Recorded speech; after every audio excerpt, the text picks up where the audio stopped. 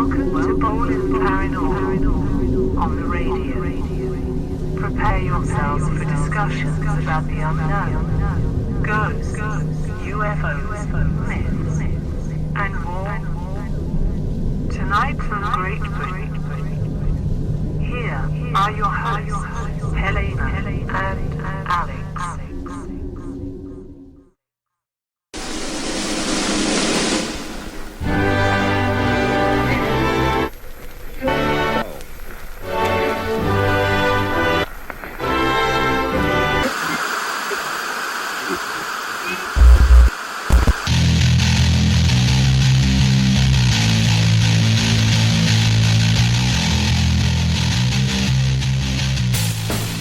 Hey everyone, and thanks for listening and tuning in to Boleyn Paranormal on the Vibe Network. I'm Helena.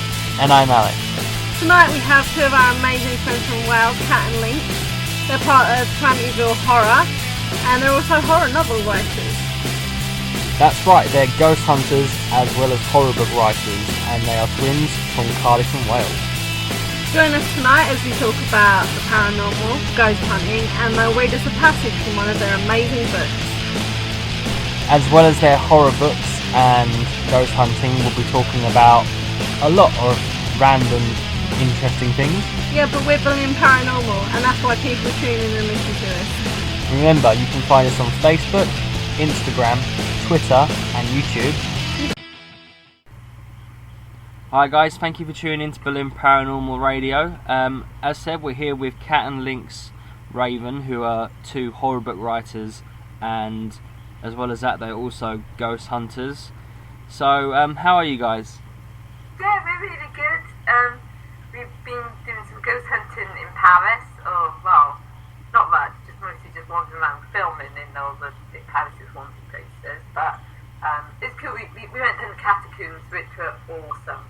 Just like there's 6 million skeletons there, and we managed to lose the tour yet again. We did. We even managed to lose Neen. I'm not sure how that happened. Well, that's brilliant, but why don't you tell everybody what happened to your phone? Because that's what people want to hear. Brand new phone. 2 weeks old, Dragonstone. It's now in the bottom of the River Sea. I don't even know how it happened. My wallet went in too, but luckily my wallet floated. I used like a travel wallet because my British one, that would have sank because I've got like a really heavy chain attached. So the wallet sort of floated away. I was like, shit. So I slithered down because there's this like concrete bank which is like a 45-degree angle. So I slithered down there and then thought, damn it, I'm in my boots. So I chucked my boots at the cat. So like there was this little ledge that I sort of scampered across, managed to fish out my wallet. I was like, I want my phone back. And he was like, don't. She said, don't do it. Because I was like, I'm going in. And he was like, don't. It's diseased in there. I was like, I want my phone. She said, your phone is lost. But it had like a case on that. I thought, well, even if I can't reuse my phone, I can reuse the case, save me spending like 10 quid on the new one. So I like took off my jewellery just in case I had to go in deep, and I was using Cat's walking stick to prod the sort of riverbed to make sure that it was sturdy and not quick mud, and see how deep it was. I thought, that's only waist deep. I'll be fine. So I got in, and then the crowd on Pont Neuf Bridge sort of shouted at me, what are you doing? I was like, I dropped my phone. Like, it's disgusting in there. They throw dead bodies in there. It's like, I don't care. Do they still throw dead bodies in there? Or is no, they actually did during the St. Bartholomew's Massacre like hundreds of years ago, and during the Revolution they did actually just dump the bodies in the sea. But what gets me is how the French people who were shouting knew to shout in English. Yeah, they obviously how did they know that we were British? Yeah. Because we'd be the only knobheads to try and get in the river. Yeah, they probably thought, these people who are extraordinarily white and they're doing something really stupid, they must be British. Yeah. Yeah, well, they did just shout it. it's a British tradition that whenever we go on holiday, we do stupid things, usually while drunk. Yeah. But you did do stupid things while drunk. You weren't drunk. You were drunk while cycling on the bike. Yeah, the cycling while sort of drunk and on the one side of the road and then mowing down pedestrians. but people did clap us as we cycled past, and we got like a couple of ooh-la-las from guys, and we were like, wow, people actually do say that in France. Yeah. But yeah, I didn't find my phone, and then and he was like, right, you got to wash the stain off now because you're going to catch something. So luckily, because we had all our cases, so I just like fished out the shower gel, like whipped off my fishnets, so I was like just soaking myself down, and I thought I got to go and change now. And there weren't any public toilets nearby, and you can't go into like cafes and just use their toilets because they don't like that. So I went under Pont Neuf, and there was a van and a car. Luckily, I sort of made sure that there was no one in there because I thought being kidnapped whilst changing would just be a real low point of the holiday. And the bridge, it stank of piss. Oh, it was horrible, and it's like I was. You sure that wasn't you? What? From being in the river. And no, I just smelled the river and strawberry shower gel. But so yeah, I had like change between two vehicles, making sure that I couldn't be seen by anybody, and like, I was making sure not to stand in anything wet because I thought if I stand, but I'm just not in a clean place. I was cleaner in the river, but yeah, it was like a real sour end to the trip. So the last thing we did. Only you two would decide that you've dropped your phone. Exposing my ass in the Louvre in front of all these tourists. It's like, I don't know what's wrong with Paris, but like you see these grates on the floor. They've got them everywhere. The street, little grates in the floor, and you think it's a grate until you walk over them, and blasts of air suddenly just turn your skirt inside out, and it's like, because I've been wearing short skirt and I've been wearing stockings because I thought it's hot. I can get my legs up for a change.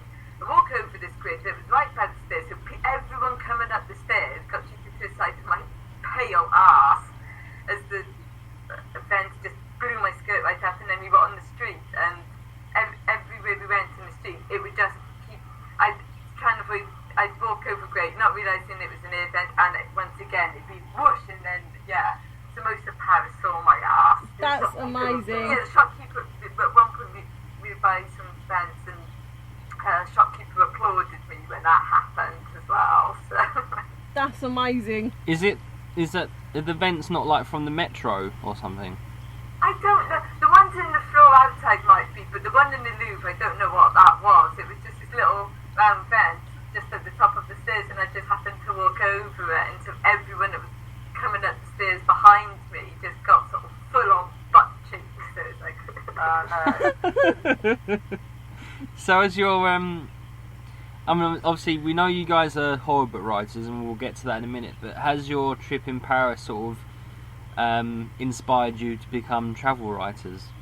It has, yeah. We've actually been working on, we started working on a piece yesterday, sort of finishing it off today, based on our disastrous adventures in Paris, because literally everything we did went just horribly wrong. Yeah, the baggage area. Oh yeah, when we got to Cardiff Airport, we weighed our suitcase and it was like 0.6 kilos over. So we were like, oh fine, we'll take stuff out and put it in the hand luggage. And so then the lady there went, can you weigh your hand luggage? We've never had to weigh our hand luggage because all our filming equipment and our laptop is in our hand luggage. So it was like, and the stuff that we'd just taken out of the suitcase. So I think she did it on purpose. She did, she had it in for us. And so we were all over, and she was like, you could just club together and pay £40 to check in one of your bags. And he went, fuck that, I'm wearing it. So we open up our hand luggage, start pulling out our heaviest clothes and belts, and end up wearing 2 outfits, because we were wearing like our flight dresses and that. So we all ended up wearing 2 outfits while eating the heaviest pieces of shortbread that we bought with us and stuffing our faces. And we were like, you know, one of us and our hand luggage weighs less than the average man, therefore we should get away with more hand luggage. It makes me laugh that you say, sorry, your luggage is over the weight, so you're gonna have to take stuff out. But regardless, you're still gonna take the stuff on the plane with you, so I don't see it makes a difference. We were like, what's the difference of us wearing it or being in our cases, which are going to be either above our head or down by our feet? There's no difference. And then we're like, you know, we should be like extra hand luggage because we're so skinny. And then the woman was like, are you saying because I'm fat that I don't get any hand luggage? And we were like, oh shit, no. And we were trying to dig ourselves out of it. The thing is, she wasn't fat. And And we were like, no, we're just saying that. But was she bright orange? Because I find most of the women that work out checkouts in airports are bright orange. She actually wasn't. She was sort of quite old, and so we were trying to then dig ourselves out of it. And he was quietly sort of going, Cat, just shut up, you're just making this worse. And then eventually she allowed us to have it like 1 kilo over, because I think she knew that we were serious, that we would be wearing everything in our hand luggage. And so then she gave us the approved, labels that you put on. As soon as we go upstairs, we took everything off and shoved it back in our cases, and they had the approved labels on, so there wasn't much anything anyone could do about it. And we were like, this whole thing could have been utterly avoided. Yeah, it's unnecessary. And if she was the one that was checking our tickets for the boarding pass, I just speak to her. I can't avoid that. So she clearly saw that we'd taken off the clothes that we'd put on and put them back in our bags. But she didn't say anything. It's just like, so that's a little way when the cranberry raspberry squash nearly led to the whole Gatwick meltdown. Yeah. And we very nearly didn't get to America. So aren't you guys... Seriously, never ever go on holiday again. I know. Like ever. Unless it's like to Blackpool or somewhere, somewhere in the UK. Because so far, like in the past 2 years, the 2 holidays you've gone on that are abroad, you've lost your phone. It's not even been a year. Lost our phone, caused incidences in the airport, ended up exposing ourselves in Paris. Yeah. Who hasn't exposed themselves in Paris at the end of the day? Bicycles and and then in all of Paris' tourist attractions, they have security guards and airport scanners. Of course, then all our metal, we kept setting them off, and then there's problems over there at the moment. Laughed at us and shook his head. I mean, obviously, you guys were in Paris when the Nice attacks happened. What was it like in Paris at that point when people realised there'd been another terrorist attack? We didn't even know anything about it until people started writing on our Facebook wall, warning us about it. But there was no sort of change in the Paris atmosphere. No, although the next morning we were trying to cycle to the concierge, which is like the prison of the French Revolution, and there was all this police presence around the Notre Dame, and they were blocking off roads and searching people's bags and stuff. So, but I don't know if I think there was like a concert. Yeah, there was like a concert, so like they just had all the security. But we were like, okay. It's a bit of a coincidence that after Nice, suddenly the police are blocking the roads and guarding everything. It's like they made it late to our cycle stop. We had to pay €1 then. So are you guys writing about your Paris experiences in your blog? Yeah. And where can people find that online? That's on clraven.wordpress.com. So we've been posting a new blog post every day. Each one is just as the last, with all our pretty photos as well. Yeah, there's a picture of me in the Seine trying to get my phone. Yeah, well, she was wading in the Seine. Nina and I were just taking photos of her. So obviously you're branching out into travel writing, but you guys are horror book writers. Yeah. So what are the names of some of your books? We have Soul Asylum, which is a gothic ghost story set in an asylum that we actually keep trying to access and keep getting kicked out of. Then Deadly Reflections is a collection of ghost stories, some of them based on the locations that we've investigated. Disenchanted is a collection of fairy tales, sort of retold in horror and comedy style. Romance is Dead is a trilogy of trilogies of anti-Valentine stories, so everyone meets hilariously gruesome ends on Valentine's Day. And The Malignant Dead is totally different. It's a historical story set during the plague of 1645 in Edinburgh. That's awesome. As you guys are also ghost hunters, how long have you been doing that for? About 5 years? Yeah, 5 years. Yeah, about 5 years. I'm not getting any better at it. I think we'd learn by now. What kind of locations have you been to? We slept in Bodmin Jail last July. That was really cool. We've done quite a few jails. We did Newsham Park Hospital. We did our first one was an abandoned summer camp village about half an hour away from us in Barry, which was, don't think it's haunted, but it was an abandoned summer camp, so we were like, let's go there. That's pretty cool. Yeah, we did quite a few jails. There could be mansions, sort of manor houses, the train station. That was pretty cool. I don't think it was haunted, but it was cool to do a train station. Yeah. Because it was all set out how it would have looked during Edwardian times, which was really nice. Oh, that's awesome. And then, yeah, in Paris we did the catacombs, but we weren't really ghost hunting, we were just filming down there, so because we did it as a tour. We had the K2 on. Yeah, we had the K2 on, and we did Père Lachaise Cemetery, which is like over 300,000 dead bodies. So I don't really get it. Well, you never know. Did you get anything in Paris? We didn't see anything. Apparently, like even like the Eiffel Tower's haunted. Like it's like meant to be like really romantic, and somebody actually did propose while we were there, right behind us. But the French don't find it romantic because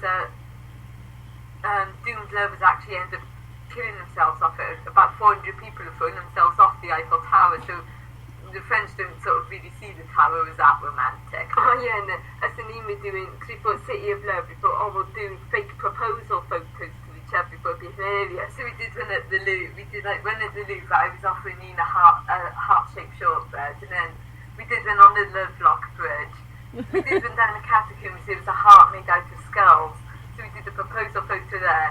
And then we did one on the Eiffel Tower right after this other couple had proposed, and we had a crowd round us, like, holding their breath to see whether Lynx would say yes, and then he was like, no, this isn't real, I'm already married. That was funny. You also found a load of penises in Paris. Oh, so many penises, my God.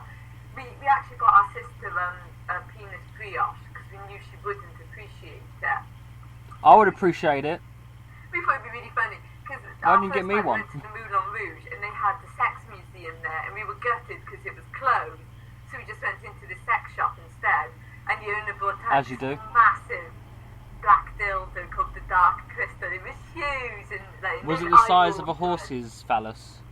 No, bigger. It was absolutely enormous, and he was showing us this, and we were like, this might be our cue to leave now. So what? So I don't want to go too much into it, but I don't get what a person's supposed to do with that. I mean, unless you want to cuddle it in bed. Apart from decorative purposes, or maybe stick a hat on it for humour, I don't know. Pop a hat on it. Pop a hat on it and hope for the And a best. scarf. We were looking at it and we were like, that's bigger than the baby, come on. I would have bought it and used it as Doorstop. I would not. Doorstop. No, on Dog toy. on November the 5th. Use it as Guy Fawkes. Use it as a Guy Fawkes. That'd been hilarious. Just draw a smiley face on it. No, a sad face is getting burnt. A sad penis. There was this shop here that Sorry, a made, pennies. like, brioche Pennies. penises and that. So yeah, we bought them to our sister, and then like all the statues we saw were naked, and yeah, we just sort of kept randomly finding them. I don't know how we do this, but most of our adventures we end up finding penises. Whenever I'm with you, if there's a penis involved somewhere. I really want you guys to go to Amsterdam because I'd really like to know what would happen to you there. That'd be amazing. Yeah, we do aim to go to Amsterdam at some point. Yeah, and they have these condom machines like on the streets, like outside the chemist. I think when the chemist shut, then people could just like like in toilets you have them like in toilets, so like you have like tampon machines in toilets. They actually just had condom machines out in the street. It was amazing. That's mad. That is mad. I mean, we're getting off subject. We were talking about ghost hunting. Yeah, but penises in Paris is even funnier. But yeah, penises are more important. Are they now? No. So, I know you've been to America and you've been to Paris, but have you got anywhere that you'd love to investigate? If money wasn't an issue and you could just go anywhere in the world, where would you want to go? Dracula's Castle in Transylvania. Yeah, that's our next top one. Yeah? Awesome. I mean, I know there's some people who've been there before. I think most No, I'm not haunted actually would- sure which castle is Dracula's Castle. There's quite a few of them. Yeah, they sort of claim it. Yeah, I think Yeah. they sort of claim it. I was going to say, I think I've seen more than one. I swear Ghost Hunters International have been to somewhere in Transylvania, and so have Most I know Haunted. Ghost Adventures did go, so we might watch their episode and see which one they went to. Because they're bound to get it right. Yeah, like we've all Yeah. just investigated the Wandsworthy Castle.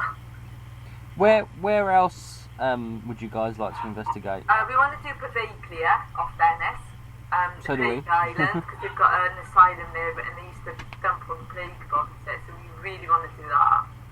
Ghost Adventures managed to swing it, so I'm sure we can. What? Yeah, but they're rich. Yeah, I mean, swim over. we discussed this. Just Venice canal, People- much different.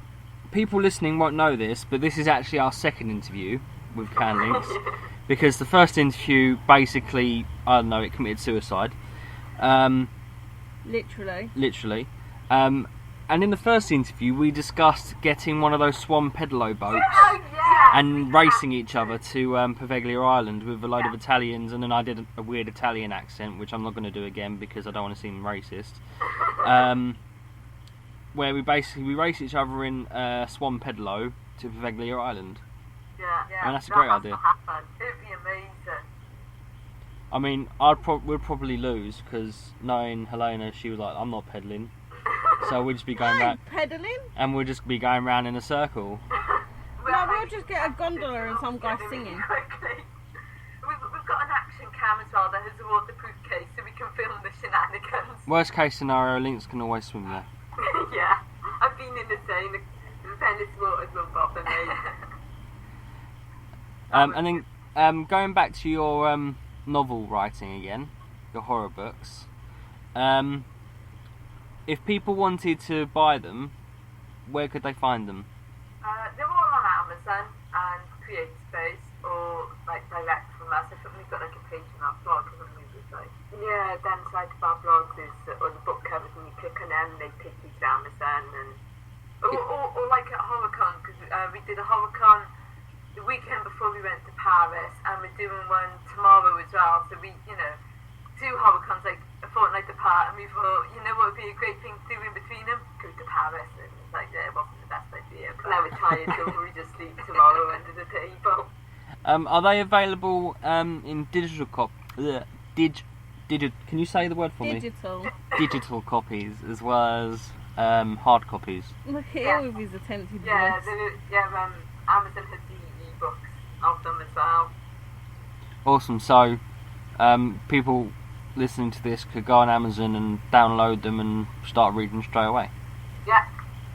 And obviously you guys need funding for your trips and your new phones. For new phones. In our original interview as well, we got you to read a passage from one of your books. Yes, we have it here. Oh, you got it ready this So time. they're organised this time. Yeah, last time we had to wait 10 minutes. They're more organised than us now. Before you ran. Is it the same passage, or have you got a different one? Yeah. Yeah? Awesome. So when you're ready in your own time, go ahead and read it to our listeners. This is from Deadly Reflections. It's a story called The Witching Hour, which is based on the Welsh myth of the Gracia Ribbon. Who drags people to hell? Yeah, so she pops up in like... She's like the Welsh banshee, she sort of means moat hag. She sort of pops out from a moat, and if she says your name, then that night she'll come and she'll knock on your window 3 times and then drag you down to hell. Oh, nice. Friendly person, then. And I like how she just gives you a warning, and she'll like pop up and she'll be like, "Yo, Steve, coming for you tonight," and then like she'll sink back down, and then in the night she'll be like knocking on the window going, "Steve, you're coming to hell!" Steve, wake up, Steve. Alan! You're out of bed. Alan! Alan. Yes, so when you're ready, feel free to read it. Bubbles popped on the surface. Another ripple distorted the moat. The K2 bleeds slowly, like a life support machine about to die. The needle climbing towards the red zone. This was it. This was the moment that made showering with my clothes on worth it. I hoped the bubbles were from the creature I saw. I didn't want to spend all night in the rain and catch pneumonia, only to find I had photographed a frog. A shadow crept across the moat, then vanished. This was the moment I unveiled the legend for all its brutal reality. This was the moment I brought the dead to life. The moat yawned, water gushing off the entity that rose from the hellacious depths. She was real, and she definitely wasn't a frog. The K2 responded urgently, its light staying on red, as it bleeped like a TV presenter having a siren fit. My finger instinctively pressed the shutter button. The flash banished the darkness, a thrown lightning bolt as the storm gods waged war in the skies. Dark hair trailed down her waxy face like matted seaweed, funereal ragged robes shrouded her skeletal form like a supermodel displaying the latest Halloween collection. Wisdom's decaying skin caressed her bones. Not even Hollywood could conjure this horror, even after 5 hours in a makeup chair. Guttural moans escaped her peeling lips. I snapped off photos, praying my camera captured the nightmare. Unfortunately, my Panasonic didn't have monster mode on its settings, but she was real. The Greca ribbon. She was one tourist attraction you didn't want your photo taken with. Unsurprisingly, she didn't feature in the guidebook of things to see and do in Wales. I scanned the stragglers patrolling the castle. Nobody glanced her way. Not even the resident ducks and geese noticed her. I was privy to a private performance. I hope the after-show party wasn't in Satan's palace. For Wales were a silent song of suffering. Piercing eyes are sunken into her repulsive face. Bat wings fanned out, beating the air. Her talons clawed the water, the screeching suddenly dying. She smiled, revealing gruesome razor-sharp teeth set in the decomposing gums. As she disappeared into her gloomy, watery grave, she hissed her next victim's name. Saffron. My name. That's it. I still love it. Yeah, we still really like it. It's funny. Yeah, bit of humour mixed in with the Yeah. horror. Yeah, I remember. Yeah, it's graphic in detail, but at the same time, it's quite funny. That's why I like it. Laughing as you die. Yeah, pretty much. To be honest, if I lived in Wales, I'd probably find a place to hide and do that to someone just to scare them. Yeah. Cathedral Castle she's meant to haunt, so yeah, you can hide in the moon Cathedral Castle. Just because it would be funny Yeah. to scare the life out of some chav. And we know you guys hate chavs. Yeah. What are your plans for Calamityville? Which is the name of their ghost hunting team, just in Yeah. case that wasn't We clear. don't really have plans, just show up at places and film. Yeah, we haven't done a lot really this year, No, have we? no, we've been a bit slack this year, mostly because like places don't get back to us, or it's too expensive. And then we forget, and it's like, oh, we have to email them again now, it's so much effort. They're avoiding you. Yeah, I think they are. They know what you're like. They watch you abuse mannequins and sheep, so they just like, no. They just decide, no, it's not happening. Yeah. And when we say abuse sheep, we mean when you were like searching for the beast of Bodmin, and you were like you weren't abusing them, you were bothering them. Yeah. Shouting out the window, the beast is coming! And How's they all that ran not off. abusing the sheep? Yelling at them. Okay, fair They're enough. terrified. Like, the beast, no! And then they all ran That's off. abusing a sheep. Yeah, we just want to know if he's real, but obviously by the reaction he is. Well, scaring a sheep, which is abusive. It's abusive One of towards a them sheep. stopped and like chatted to us. I thought you guys were there vegans. Come was on. no Welsh joke intended there, by the way. Yeah, for some reason, people in England seem to think that Welsh Don't people say it. have a thing for sheep, but that's not true. Just to be clear. No Welsh people we've met anyway. But why are you abusing sheep? I thought you guys were vegans. We wanted to warn them about the beast so they'd be safe. Yeah, but there was no beast. Well, no, but they seem to think there was, so yeah. Having said that, once when we were on one of our little adventures, just driving around aimlessly in Suffolk, we came past a field with sheep in, and there was one in the corner of the field, just sort of staring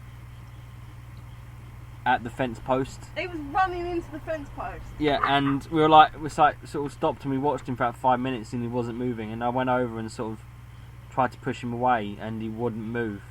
And I phoned the farmer because there was a number on the fence, and she said, "Don't worry, sheep are idiots." Yeah, they're not clever. What about the one in the middle of the road? Oh yeah, there was a sheep that suddenly jumped over a fence when we were in East Sussex, and it was like walking in the middle of the road, and we got out and tried to usher it back into the field, and it sort of answered back at us. Like, I'm staying here. I was like, going, like, do you know when your shoes ankle along? I was going, come on, go back into the field, come on.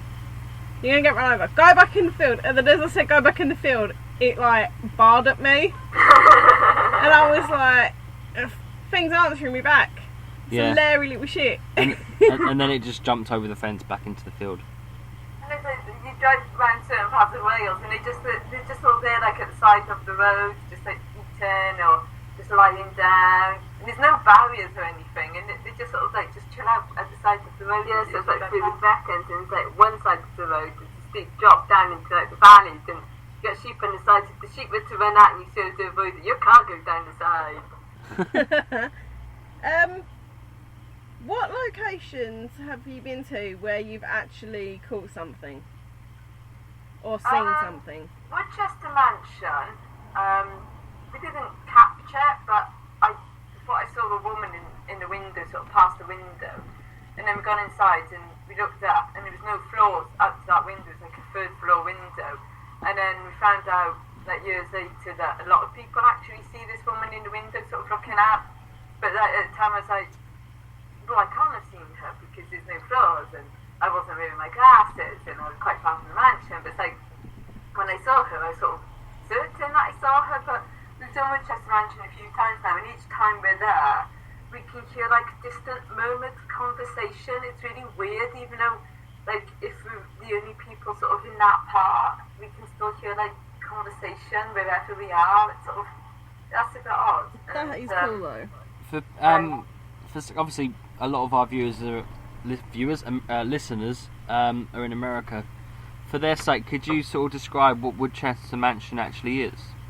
It's a mansion in England. It was never finished. So, like, the outside's all finished, and it's like gargoyles and towers, and it's huge. But the inside isn't really finished. There's no glass in most of the windows. Yeah.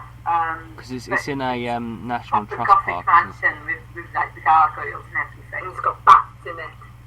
I think I'm right in saying that the workmen there, like the builders and stuff, just suddenly one day just stopped and left because of weird things that kept happening, and that's why it was never finished. People died during its construction. Builder died. Yeah, builder died. The servant girl died. It was built on the site of a previous mansion that got torn down. So a lot of the stuff, sort of, I think, was from that mansion, and there's also an old, built on an old Roman ground, and so I think there's like Saxon burials and sort of an old Roman fort down there as well. And that's awesome. Got to ask you, how did you find the Ram Inn? Considering that the Woodchester Mansion is about, 20 minutes up the road from the Ram Inn in Gloucester? Yeah. Gloucestershire? Yeah, the Ram Inn, we actually got footsteps there.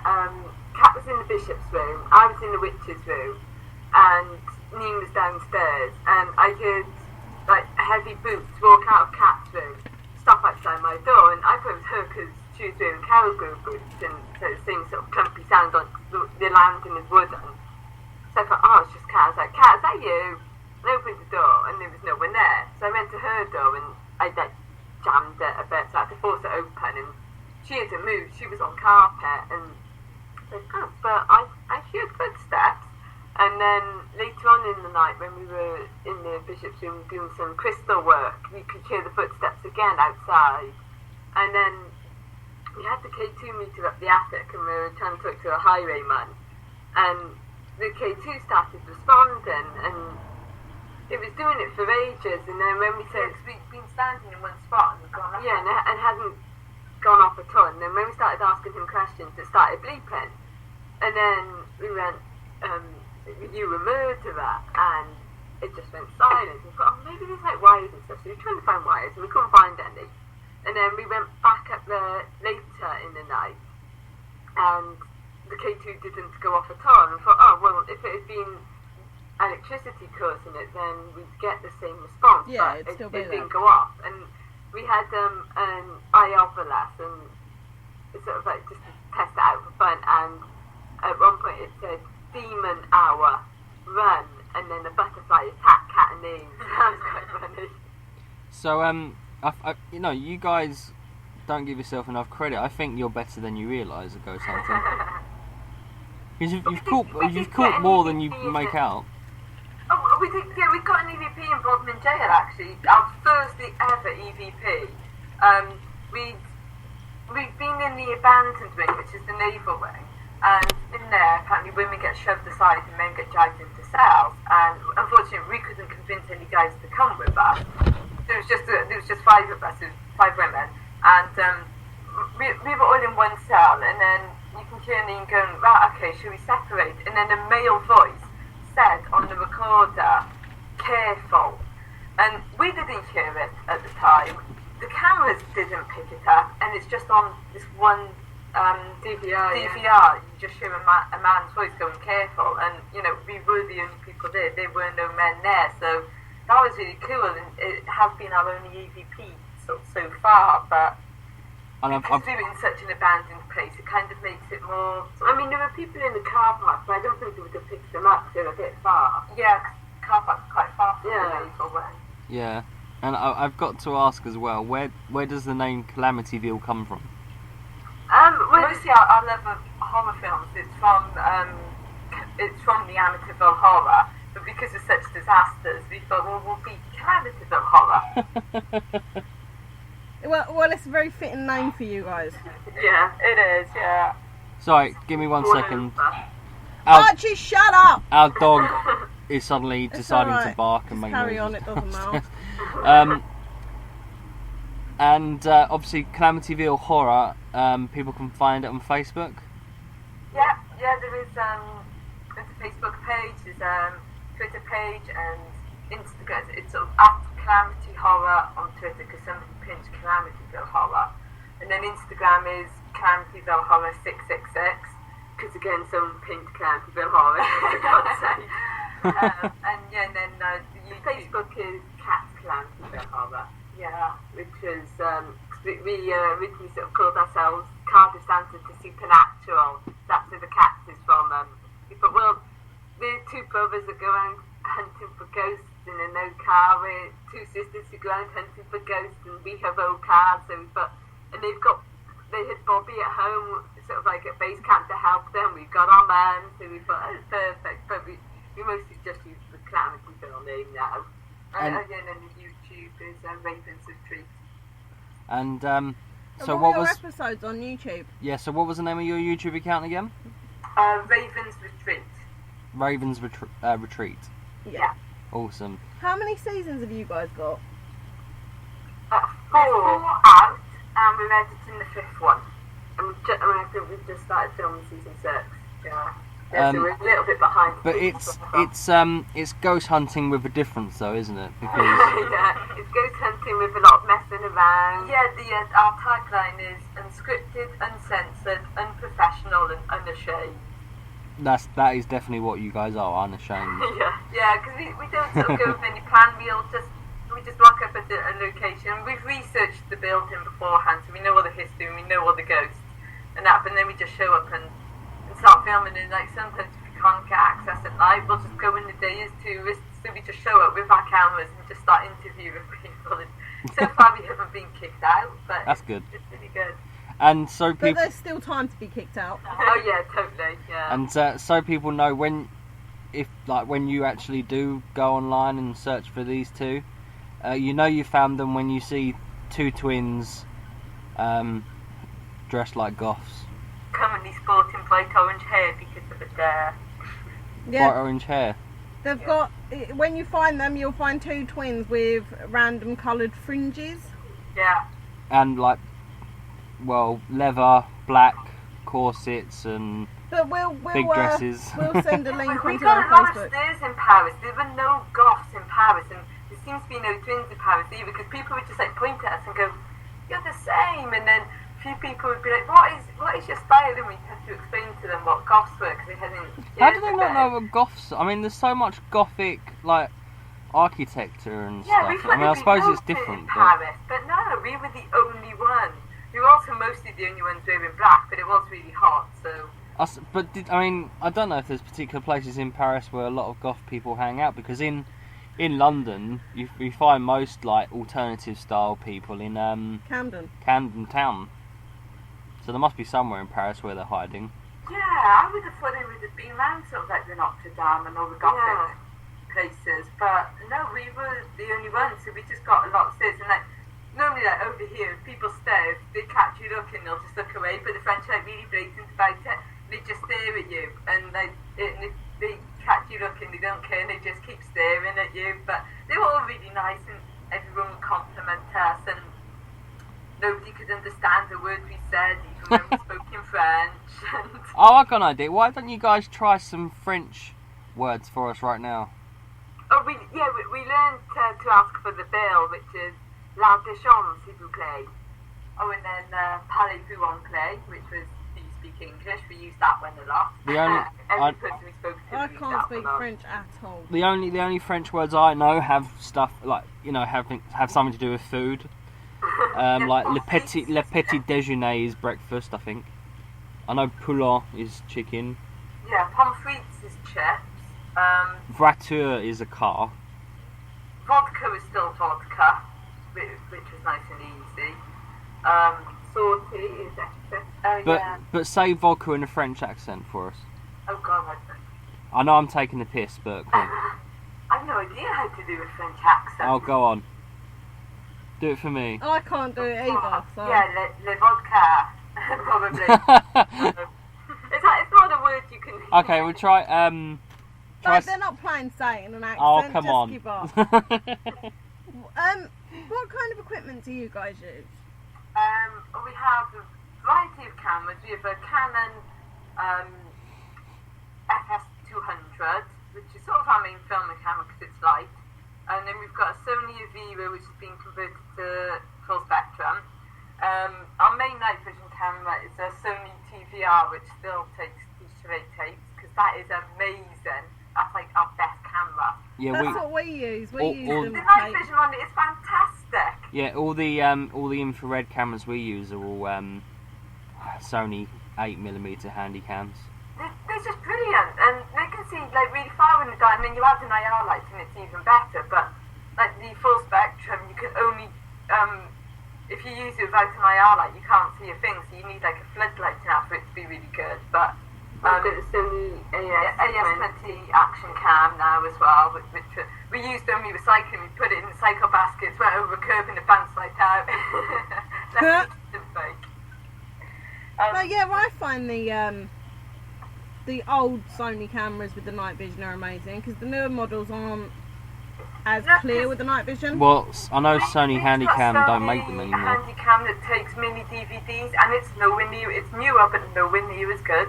I also find That's what we had. We had one of them, and I was like, I don't know why, but I also find that analog sometimes works better with spirits. Yeah. Yeah, we sort of like stuff that we've seen or captured has been on that Sony, isn't it? Like shadows and stuff. And Because what annoys me about digital cameras is that they're so, you know, they're so common in picking up what people consider to be orbs. Yeah. Oh God, yeah. I'm getting to a point now where I think any orb isn't actually a ghost. Yeah. Unless you get something moving weirdly on camera and you can debunk it as not being as Dust or a bug or dust anything. or a bug. We were doing a public event of in this tattoo parlour. And this one woman got stupidly excited and she was like, "I captured an orb," and then somebody pointed out to her that it was the LED from my camera, and it's like shown up like blue in her picture. And she got so pissed off, and she was like, "Oh, ghost hunters, here we come. They solve everything." And we're like, "That's kind of the point. Just because you've taken a picture of a round glowing object doesn't, you know, you should try to debunk it." But she's like, "I've got an orb, I've got spiritual activity." Like, no, that's the LED on my fucking camera. the key word of our job or hobby or whatever you want to call it is investigation. Yeah, exactly. It's like you know, when the police investigate a murder, they have to be specific, and so do we. I know, and yeah, we use a K2 meter. We've got a temperature gun. We've got motion sensor lights, and like we bought them for like £2 each. by typing in child nightlight. We found the same one on eBay. If you type in paranormal motion sensor light, you find them for 18 quid each. But the exact same ones we got, typing in child motion sensor nightlight, 2 quid. Oh yeah, you type in paranormal and the price of things rocket up.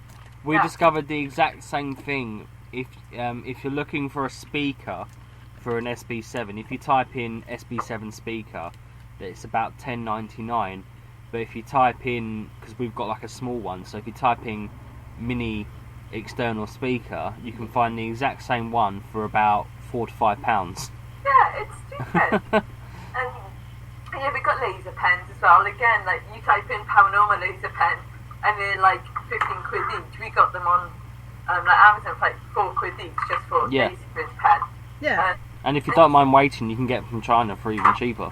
Yeah, I know, and that's a lot of our stuff we actually get from China on eBay. Like, we got a camera bracket for like £5 on eBay. Brilliant. Is that the one that you strap onto your chest? I know yeah, that sounds and weird, but a tenner. The shoulder rig was about that's the one. That's really good. That's really useful. Strap onto your chest. What else have we got? We actually don't have a lot of equipment, but the digital voice recorders, we bought them from Lidl years ago for like 30 quid. they were Olympus ones as well. They're really good. They've lasted us years. And we've got crystals, little pendulums. One of our fans recently sent us a scrying mirror, so we need to charge that up and do a full moon, and then we can use that scrying mirror. So that would be quite cool to try out. Is there any like pieces of equipment that you're interested in buying? Mostly no, because we don't trust them or believe them. But we do quite like the REM pod. That looks kind of useful, but we're not prepared to pay the money that they want for the REM pod. I'm not paying the price for a REM pod, considering most of the components are like under a £5. Exactly, and they're like $100 or something to buy, and then you've got to pay shipping from America. It's like, they look really cool, and I imagine would be quite useful. At the same time, it's like not prepared to pay. It's like all those people that were forking out like hundreds for the Ghost Ark when not even a thing.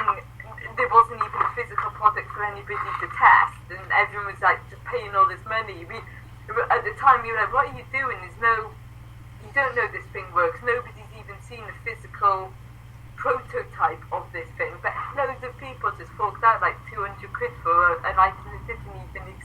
It's like I don't personally think that you need all the high-tech equipment. No, you don't. Because at the end of the day, people are seeing things with their eyes. Yeah, the stuff that we have experienced has been stuff that we've seen or heard. Yeah. You know, obviously we did capture a voice on the DVR, and the cameras picked up the footsteps as well. But it kind of, I think a lot of people are too now reliant on the gadgets, and they're like, if they didn't get anything on the gadget, then nothing happened, and it's like, well. But again, you know, we're talking about the very basic sort of equipment, you know, a camera and a digital voice recorder. Yeah, that's all. When we started, all we had was one camera and our two DVRs. That's it. That's all we started with. It's like 5 years ago. And obviously, then we built up our camera collection and that. And also, we still don't have a lot of like the electronic gadgets. No, and when we go away, like to different countries, all we take with us are the cameras, the K2, and a DVR. That's all we'll take with us. The very sort of basic, because one, we keep getting into trouble with airlines for the weight in our luggage. But two, it's sort of like you don't always need a lot of stuff, because a lot of people, when they experience stuff like at these places, they're just like tourists or staff, and they haven't got anything on them yet. They experience stuff. I mean, going back to the cameras, babe, do you remember when our favourite 8mm Sony Handycam died? Packed in? Yeah. We were so sad. That's buried in our garden now. It's got a gravestone. That was my favourite camera, and it died. It was so awesome. We got such amazing evidence on that camera as well. Just died on us. Yeah. Devastated. So, I mean, obviously we've covered a lot of stuff about your writing and your ghost hunting, and obviously you're going to branch out into travel writing, and you do a blog. I mean, is there anything else you do that we don't know about? We played D&D or RPGs, which we're geeks. Like role-playing games. Dungeons and Dragons or role-playing games. Not that kind of role-playing game. No, we know. Just making sure everybody realises you ain't perverts. Yeah. And, It involves a lot. It involves Dungeons and Dragons and not whips and chains. You know. yeah. It was in like one based on a series of book called Dresden Files. It's about a wizard. So, like, we played characters with like different powers. Like Cat sets people on fire. I wish I had that power in real life. It'd be amazing. And my character works at Hades, so can hex people. And those campaigns always go horribly wrong as well. While I think of it, something I meant to ask in the last interview we did, but I forgot, so I'm going to ask now. What inspired you to start writing? I don't know. We always loved it. Like, we found stories that we wrote when we were like 9 or 10, and people got dismembered and their body parts displayed artistically. We were reading them going, why did the teachers not send us for a psych evaluation? Our stuff was pretty disturbing when we were kids. And so yeah, because we used to read it, it was just like a natural thing. They used to make us write stories in primary school, and then we just loved that. Yeah, so we just continued it then. I mean, so we started when we were 12. I mean, did you have like a sort of typical job in mind when you were growing up that you wanted to do, or? No, we never. It sort of would change. Like, we used to horse ride a lot, so we used to want to be professional horse riders, like show jumpers and acts. We used to love doing all of that, but we could never afford to buy a horse, so we sort of knew that would kind of scupper our plans a little bit. But other than that, there wasn't really anything that we wanted to do, and we just used to write purely for the love of writing. And yeah, so I think it was about when we were like 15, 16, we thought we want to write, and that's just what we want to do. We just want to we stay used at to home get detention all the time because we wouldn't do our homework because we were too busy writing novels, and then so we'd stay in at lunchtime and do our homework sort of in detention instead. So it worked out quite well for us. Have you guys ever thought about writing a book about the paranormal? They have. Yeah, we're sort of in the middle of doing it. Like I think it's a couple of those 4 seasons. It does, yeah. Yeah, of like the places we visit. Cause we've written it, like taken from our blog posts and our research, but we're not actually sure how to create a sort of non-fiction.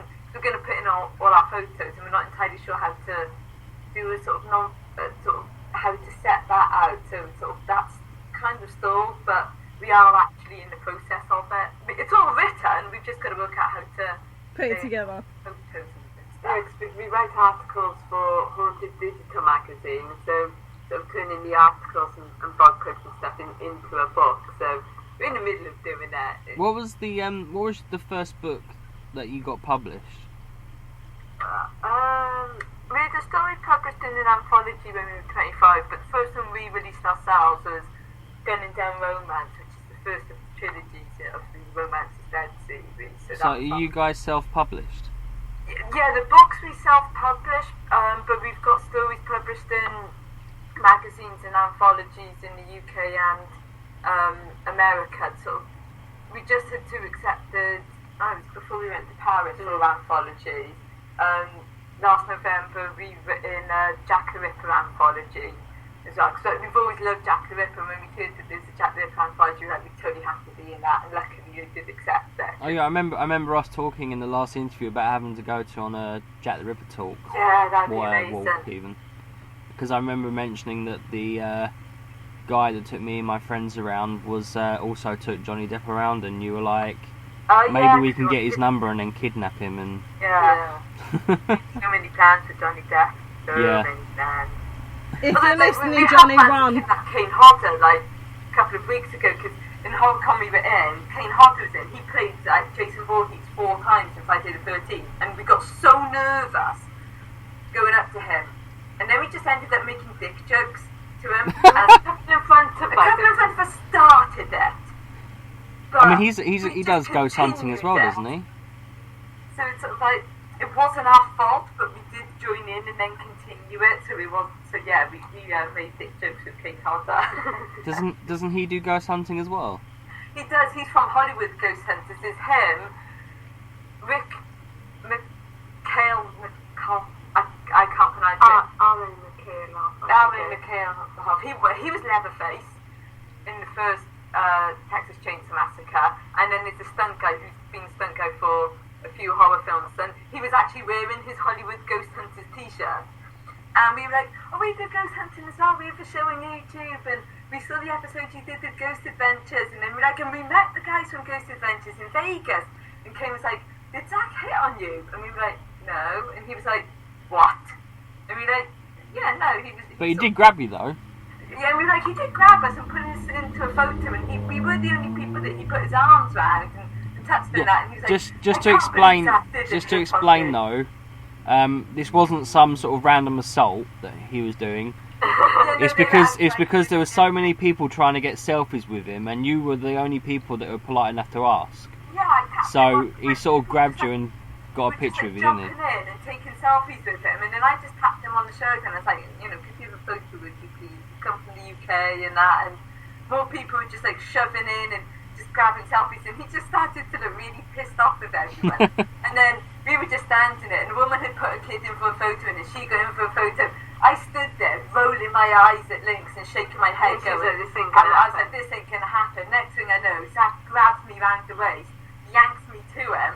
I grab Lynx and yank her in for the photo as well. And it's like, and it wasn't even my best side of the photo. I should have been standing on the other side. So it's like, yeah, and he put his arms around us, so he didn't touch anyone else. But it was like, yeah, suck to you, people.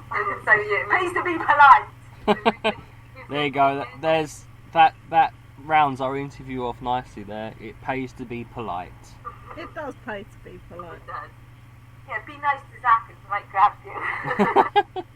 There you go, fangirls. Anyway, but that is the end of our interview now. And again, it's flown by. It has. It's been really nice talking to you, ladies. Again. It's been lovely talking to you too. I know it has. You're such a knob. Yeah, I know. But thank you so much for coming on our show, guys. And letting us re-interview you. We'll try not to ruin this. Yeah, thanks for having us back after last time. It's alright. So remember, to anyone listening, you can find Cat and Lynx Raven on Facebook with their Calamityville Horror, or was it Cats Calamityville Horror on Facebook, and they're on Instagram, Twitter. You can find their books on Amazon, YouTube, and you can find them on YouTube. I mean, there's loads of. You can links. find them everywhere. We'll put all your links onto like a post on our Facebook page for you. So, because there's too many to mention. Yeah. Yeah, we're trying to fall over the internet like a rash. You're like an internet virus. Yeah. But it's been really nice having you on, guys. Okay. Have an awesome horror con thing tomorrow. We will. Well, we hope we will. If we're not asleep in it.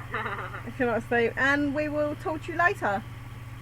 Okay. Bye. Thank you. Bye. Bye, guys.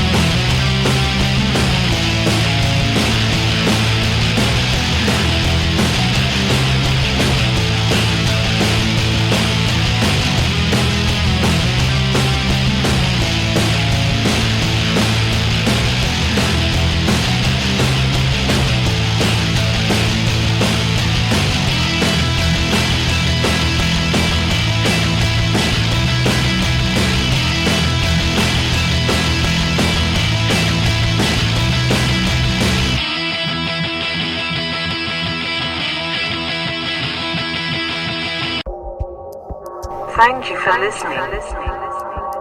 Don't forget to tune in next week. Find us on Facebook, Instagram, and Twitter. Keep safe and sleep tight.